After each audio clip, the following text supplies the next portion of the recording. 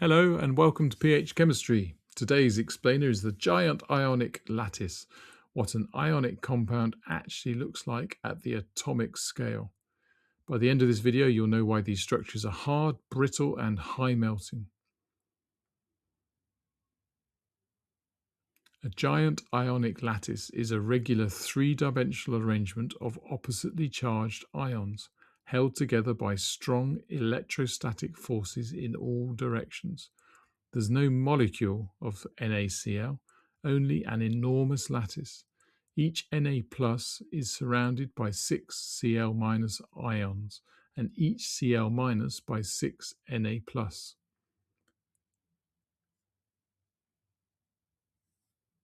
Three things. 1. Strong forces all around mean high melting and boiling points. 2.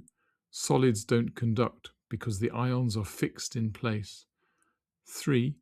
Molten or dissolved, however, the ions are free to move, so the compound conducts electricity.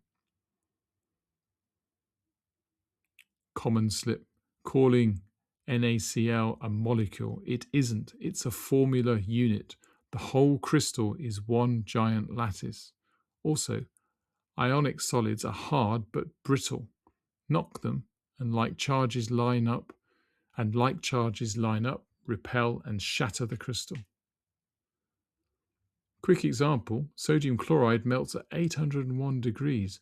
That's the cost of breaking apart millions of electrostatic attractions.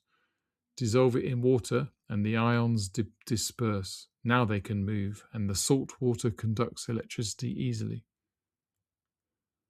Right, if any of this is going to stick beyond this video, drop into phmaths.com. You'll find a free 4-week GCSE higher revision planner ready to download, plus the mastery workbooks.